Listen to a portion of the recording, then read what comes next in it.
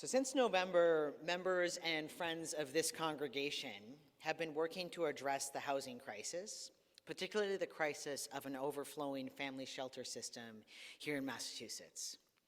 We've been trying to house a small number of these families in our building, temporarily, until they can be moved to a more permanent place in the shelter system. We are doing this to help avoid people sleeping in airports or on the street, because we believe everyone deserves a warm place to sleep. This is a project that has received overwhelming support from the members and friends of First Parish in Malden. And as many of you know, we've run into issues with the city of Malden. We've applied for a certificate of temporary occupancy for this use, something that would allow us to apply for grants and be a part of this system. And the city of Malden has denied us even an inspection for this request by telling us that we are not zoned for it, that housing people is not a religious use, despite 3 laws, both state and federal, that should permit us to begin this work. Additionally, there has been a small amount of loud voices in the wider community that have expressed their fear of what it might mean for migrants to live here, claiming that we don't know about these people, taking to private meetings and public Facebook posts to make their points, which largely have consisted of disinformation about our intentions, about us, and the people we're hoping to serve. And so we now find ourselves working to secure our right to do this per the laws of the Commonwealth of Massachusetts and the United States of America, when it feels like we could have been housing people months ago. And because of this, I feel really mad. Righteously angry, you might say. Our laws explicitly give permission for houses of worship to do this in Massachusetts, especially in a state of emergency, which we are in right now. We've had both religious freedom and land use lawyers confer with us on this and agree. And as I'm talking about this, I can feel the anger in my body. Why is it that we're here when we were hoping we could work together with the city to address this? And yet, Lutheran minister and author of today's reading, Nadia Bolz-Weber, reminds us that the story of the Good Samaritan is not about the robbers, but about the Samaritans. Okay, so I was complaining this week about this shelter project conundrum to my therapist, complaining righteously about how angry I was and am, and about how this has all gone down. And he said to me, "Sure, you could choose to be angry, but your anger in this isn't going to be sustainable. It's not going to serve you for how long this might take." Now, this man has been my therapist for about 10 years, so I have no trouble calling BS on what he says. And so I did. "What's wrong with being righteously angry?" And he said, "I mean nothing morally. It's just not really going to be pleasant for you. I think compassion will just work better. Let's be honest, you personally are no worse off before this process than after. Many people don't have the luxury of pursuing something like this, even when the law is on their side. You're doing the right thing by following this to its conclusion, but don't get stuck. Now, the ministerial thing to do here would be to tell you that a flood of compassion for all of those who are standing in our way just came right through me, and I immediately understood his point and just let the anger go. But the truth is that my therapist, lovely man that he is, now became the target of my righteous anger. I mean, how could he suggest this? Didn't he understand the racism, the xenophobia, the anti-immigrant, anti-unhoused, anti-children sentiment this was representing? At a time when anti-immigrant sentiment is rising not just in our country, but here in Massachusetts? At a time when literally hundreds of children don't have a place to sleep here in our state? When racism and white supremacy, 2 concepts that I have talked to him extensively about, are at the center of this? When, never mind this specific issue, When yet again we are facing the possible election of someone who would 100% agree with those who are against what we're doing. Yet turn around and support evangelicals in the name of religious freedom? Like, seriously, dude? Okay, so hold on, Otto. Maybe that's what this is about, really. This constant flow of bad news. I don't know about you, but I feel like we're in a moment where everything, from what's happening to literal children in Gaza, to our treatment of people in our own cities, and everything in between, is causing me to lose faith in humanity. Friends, do you ever feel this way? It doesn't feel good. And yet my faith reminds me, calls me to put love in the center. But sometimes that feels really hard. So after this meeting with my therapist, right, I looked at what I'd scheduled myself to preach on this week. And for the love of God, months ago, I pitched the story of the Good Samaritan. The Good Samaritan? Like, why? How? Does it even matter? Is it too late to change my topic to the eclipse or maybe the new Beyonce album? But I think that somewhere inside me, I knew I needed to talk about this story.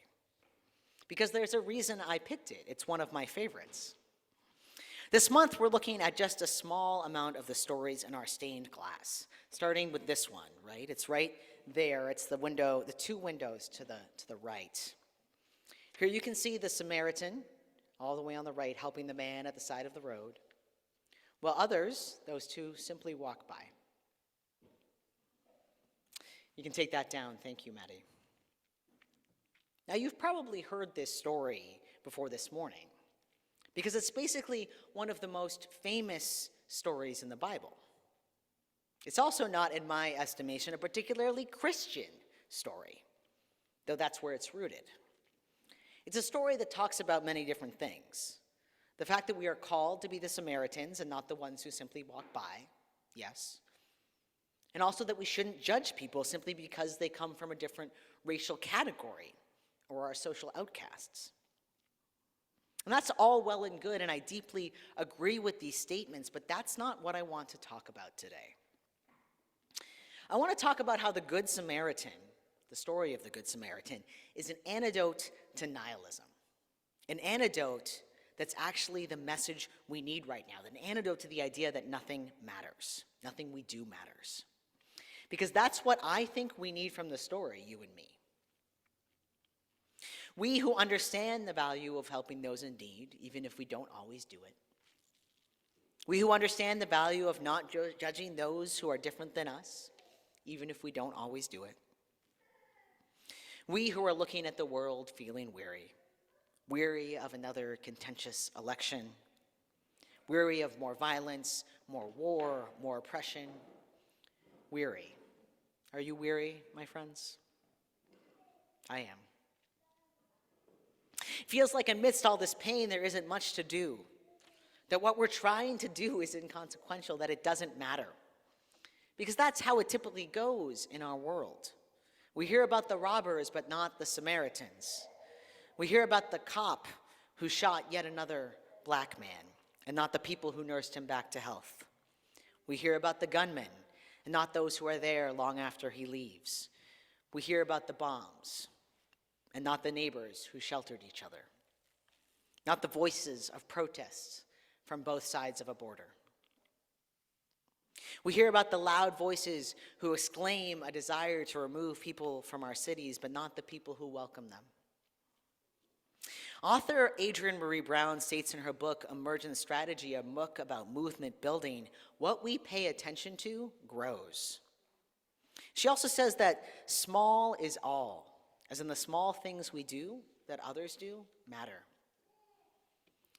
So before I get to compassion, I needed to realize that my energy doesn't have to be only on those I'm mad at, on what's making me angry.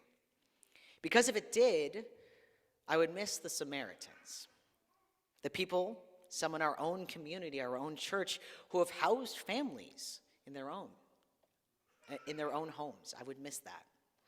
I would miss the Unitarian Universalist Association and that the fact that, in part inspired by us, it's hosting up to 80 people at its headquarters in Boston as part of this crisis, thanks in part to our own Carrie McDonald. I miss the organizations working on this issue, the Black Refugee and Immigrant Coalition that's running this shelter. I would miss the people in our congregation who are starting a community closet for those in need. I would miss the religious freedom lawyer who's working with us pro bono. I would miss the 4 congregations in Malden, the Malden Islamic Center, the First Lutheran Church, St. Paul's Parish, and Amani's Temple, who have pledged their support to us in words and some in deeds. And all of you, I'd miss all of you who've time again showed your support. I would miss the joy of Drag Easter, the work of Pink Haven. I would miss that we have almost 30 children registered for our church's summer program. It's like more people than we have here today.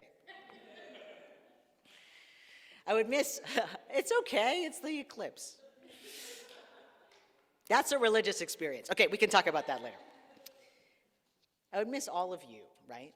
All the amazing work that you are doing in our communities and in our world. And here's the thing. I know I am missing some of these things because I've been so focused on the bad guys in our world. Even though I constantly tell our children there are no bad guys. There are actions we don't agree with. But let us not pretend that under the right circumstances, we couldn't be the robbers too. We are not so different as we imagine. Now, I'm not saying that righteous anger is bad or that it can't be powerful. I'm saying that sometimes we need a reminder that it's not the whole story. Perhaps this is a reminder of our religious convictions to be, perhaps this story is a reminder of our religious convictions to be good Samaritans, yes, to remove the shackles of white supremacy, to be sure, but also to make sure we recognize not just the robbers, but the good Samaritans in our midst. Because that is what will give us strength when we feel the road is too long. Reverend Dr. Jackie Lewis of Middle Collegiate Church in New York, in her book Fierce Love, talks about how we can have compassion for ourselves, and that will help us have compassion for our world, for others. In a time when the world feels so divided, isn't compassion a better choice? Like my therapist said, isn't compassion a more sustainable choice? The journey is long. What will serve us?